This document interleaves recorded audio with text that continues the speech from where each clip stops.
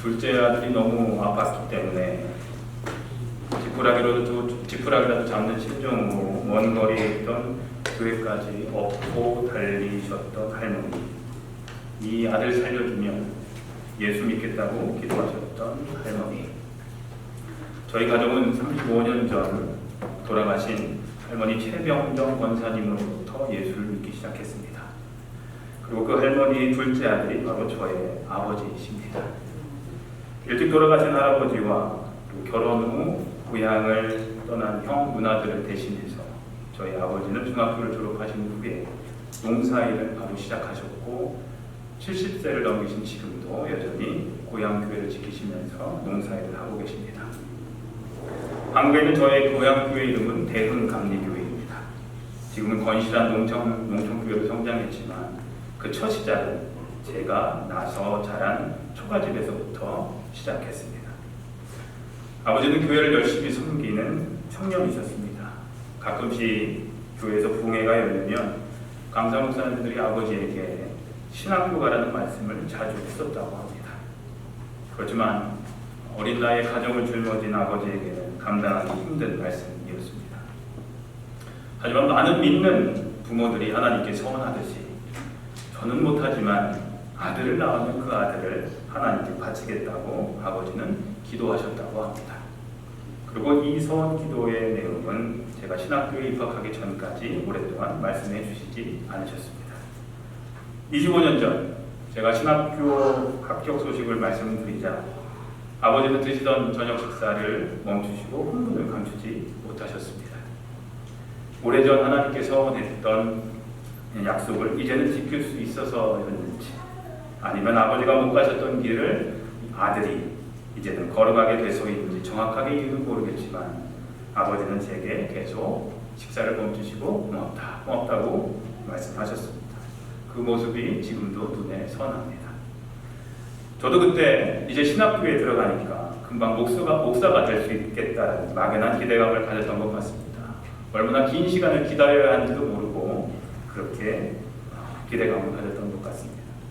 신학교에 입학한 지 25년 만에 그리고 미국에 온 지 10년 만에 연합감리교회 정영 목사 안수를 받았습니다. 만감이 교차했고 많은 다짐들을 하나님께 했지만 우리 대성이 중학교 가는 것까지는 보고 내가 죽어야 될 텐데 하시던 할머니가 많이 생각났습니다. 그리고 아버지도 생각났습니다. 배단이라는 이름으로 모여서 예배를 드리기 시작하고 6개월 정도 지났을 때 미국을 처음으로 방문하신 아버지와 단둘이서 아무도 오지 않는 교회에서 한 달 동안 새벽 기도를 했던 적이 있었습니다. 그때 조용한 예배당에 지금 우리 이사 오기 전 예배당 저쪽이잖아요. 아시잖아요. 조그만 예배당. 그곳의 예배당에 나직하게 들리던 아버지의 기도가 기억이 납니다. 평생을 해오셨을 자식을 위한 아버지의 기도. 그 기도가 지금도 저를 지탱해 주고 있습니다.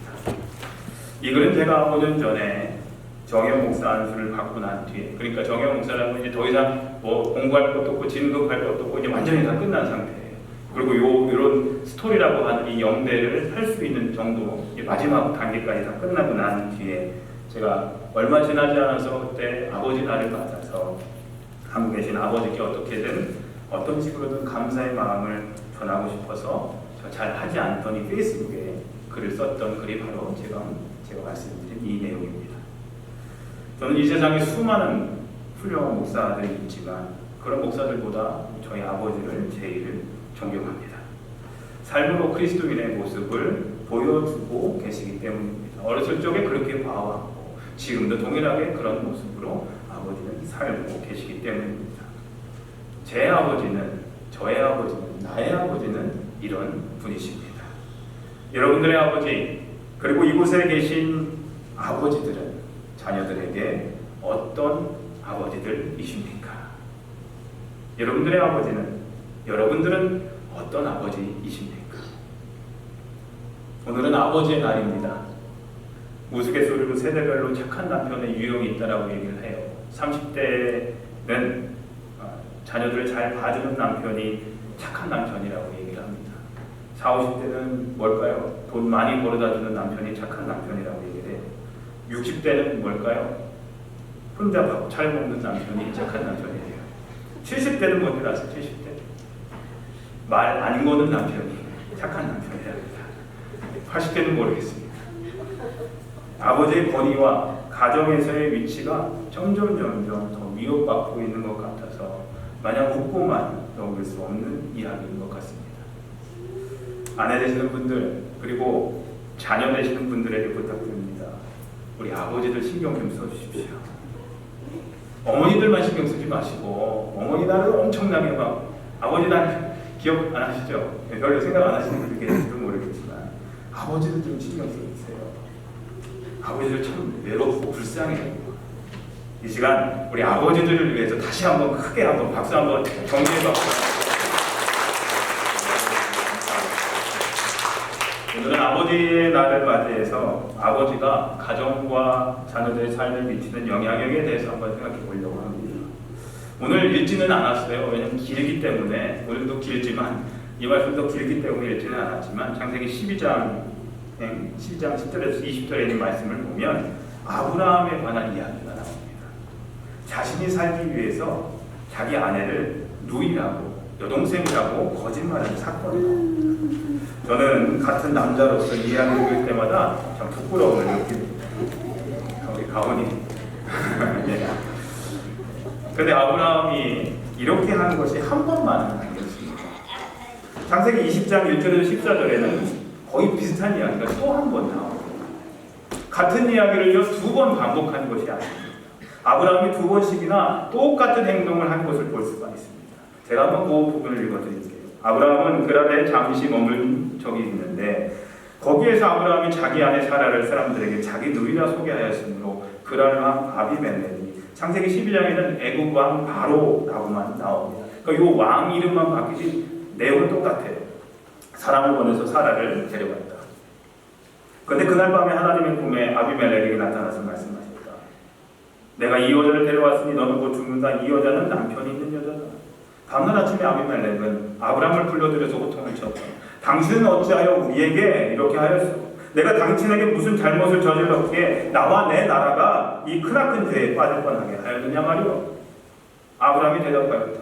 이곳에서는 사람들이 아무도 하나님을 두려워하지 않으니까 나의 아내를 빼앗으려고 할 때에는 사람들이 나를 죽일 것이라고 생각했습니다. 아비멜렉이 아브람에게 양떼와 소떼와 남종과 여종을 선물로 주고 아내 사라도 아브람에게 돌려보냈다. 이런 이야기가 창세기 12장에도 나오고요. 20장에도 나옵니다. 그런데 창세기를 또 계속 읽다 보면요. 이 비슷한 이야기가 또 한 번 더 반복되어 나오는 것을 발견하게 됩니다. 그런데 이번에는 아브라함의 이야기가 아닙니다. 그의 아들 이삭의 이야기입니다. 이것이 오늘 우리가 함께 읽은 본문 말씀입니다.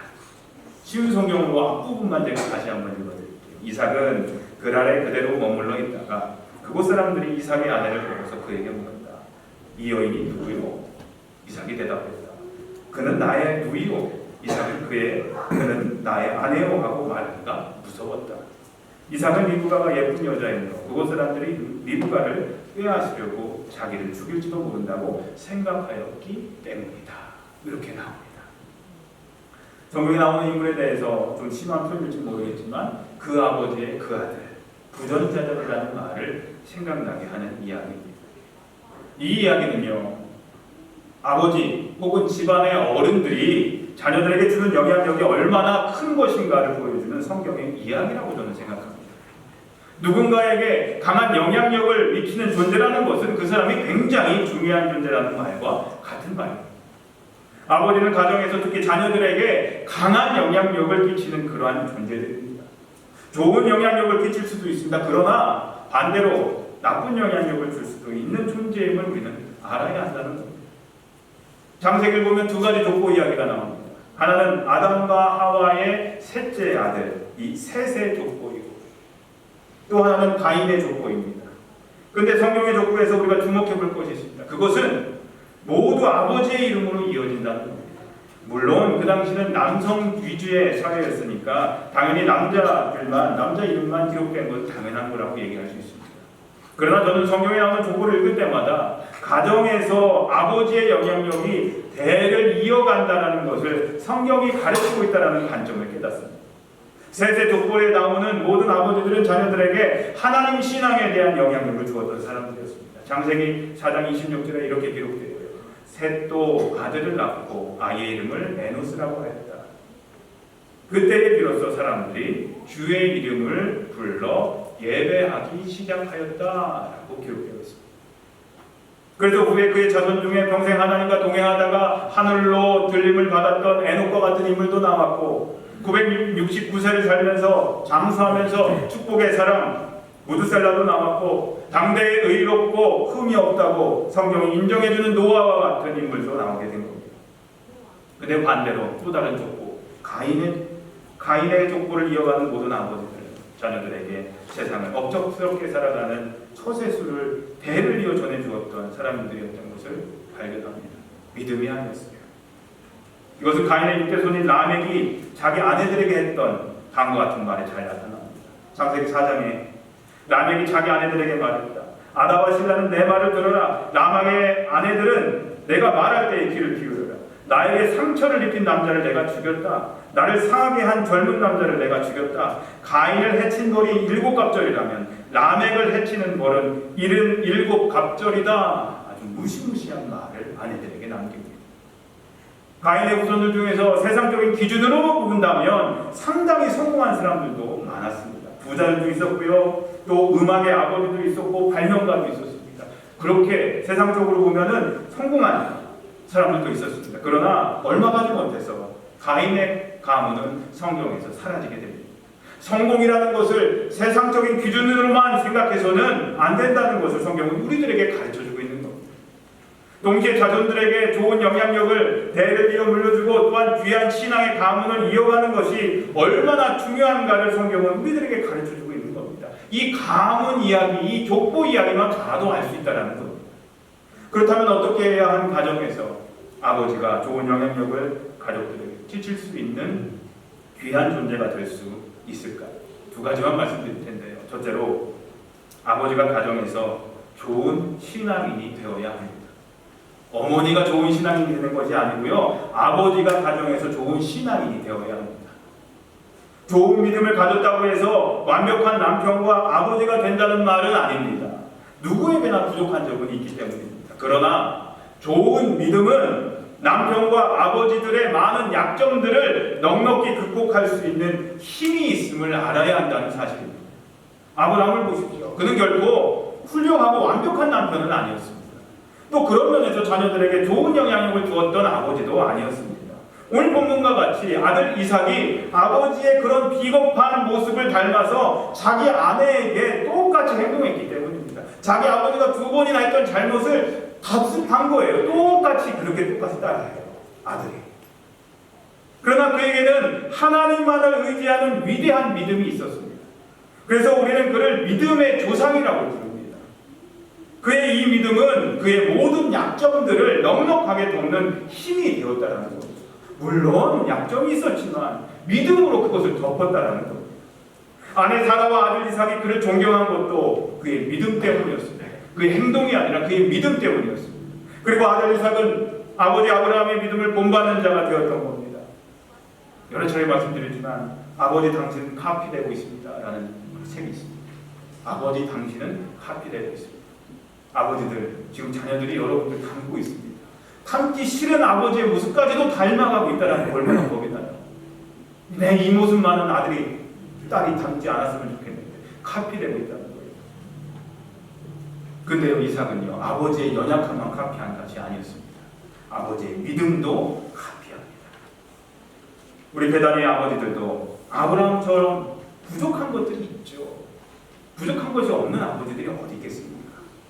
하지만 그래도 귀한 믿음을 잃지 않는 남편과 아버지들이 모두 다 되시기를 간절히 소원합니다. 소원합니다, 아버지들. 네. 그래서 믿음의 신앙의 귀한 유산들을 자손들에게 물려주셔서 이 신앙의 명문 가정들을 이루어 가시기를 주님의 이름으로 기도합니다. 가정에서 남편과 아버지가 자녀들에게 좋은 영향력을 끼칠 수 있는 것은 있는 귀한 존재가 될 수 있는 방법, 첫 번째는 바로 아버지가 가정에서 좋은 신앙인이 되어야 한다고 말씀드렸습니다. 둘째로 아내의 역할이 매우 중요합니다. 우리 어머니들의 아내의 역할이 중요합니다. 남편을 믿어주고 그 권위를 인정하며 존중해주는 것이 성서적 아내의 모습입니다. 그리고 이것이 행복한 가정을 만드는 첫 걸음임을 알아야 합니다. 그런데 사실 이것은 서로가 먼저 해야 하는 겁니다. 남편이 아내로부터 그러한 대접과 인정을 받으려면 먼저 아내를 사랑해주는 지혜가 있어야 된다는 겁니다. 오는 말이 고와야 가는 말이 고운 법이죠. 부부가 서로 먼저 사랑하고 존중해 주어야 자기도 존중함을 받고 사랑받게 되는 겁니다. 그런데 오늘은 아버지는 아니니까 먼저 아내가 남편을 인정해주고 높여주는 이야기를 하도록 하겠습니다. 이삭, 오늘 주인공 이삭. 이삭의 아내 리브가는 이런 관점에서 본다면 정말로 현명한 아내였습니다. 창세기 27장에 보면 이삭이 나이가 들었을 때의 이야기가 소개가 됩니다. 오늘 본문은 젊었을 때의 이야기고 이제 나이가 들 때의 이야기입니다. 눈도 잘 보이지 않을 정도로 이삭의 몸은 쇠약해져 있었습니다. 그리고 성경에는 구체적으로 소개되진 않았지만 이삭이 자신의 맏아들 에서와 둘째 아들 야곱을 구별하지 못하는 것으로 봐서 눈뿐만 아니라 어쩌면 그의 정신이 때로는 온전치 못했음을 짐작할 수도 있습니다. 요즘 말로 표현하자면 아마도 이삭은 나이가 많이 들어서 눈이 잘 안 보이지만 가끔 치매 증상을 보일 정도로 아주 몸이 쇠약해져 있다라고 생각할 수도 있습니다. 반면에 그의 아내 리브가는 아직도 건강해서 활동할 수가 있었습니다. 아들 야곱을 아버지 이삭에게 들여보내면서 염소 2마리를 잡아서 그곳으로 맛있는 음식을 요리를 직접 지어줄 정도로 건강한 상태였습니다. 요즘 같으면 쇠약해진 노쇠한 이삭은 아내와 식구들로부터 무시당하고 천대받을 수도 있는 처지였을 겁니다. 제가 매주 너싱홈에 가잖아요. 거기 가면은 그런 생각들을 하고 계시는 분들이 너무나 많아요. 내가 늙고 힘이 없으니 나를 버렸다, 연락도 없다 하면서 생각하시는 분들이 많이 계세요. 나 나갈 수 있는데, 나 나가서 살 수 있는데 내 아들 여기 이곳에 버렸다고 생각하시는 분들도 계십니다. 이렇게 천대받을 수 있는 처지에 처한 것이 바로 이 이삭이었습니다. 특히 오늘 본문에서도 살펴봤듯이 남편 이삭은요, 젊었을 때 자기만 살겠다고 아내에게 비겁한 행동을 했던, 비굴한 행동을 했던 그런 남편이었습니다. 아내가 기억하고 있었을지도 몰라요. 리브가가. 그런데 리브가는 노쇠한 남편의 권위를 끝까지 존중해줍니다. 특히 노쇠한 자기 남편 이삭의 영적 권위를 무시하지 않습니다. 아버지로서의 권위를 무시하지 않습니다. 그리고 아들 야곱이 아버지에게 축복받을 수 있도록 세심한 배려를 합니다. 아내 리브가가 아버지의 권위를 존중하니까 아들들도 아버지의 영적 권위를 인정합니다. 바로 이런 아내의 세심한 배려로 이삭은 생을 마감할 때까지 남편과 아버지로서의 위엄을 잃지 않을 수 있었던 겁니다. 어머니 역할이 컸습니다. 여튼 아름다운 가정은 남편과 아내가 서로 노력하고 협력할 때에 이루어지는 겁니다. 남편은 아내를 극진히 사랑하고 존중해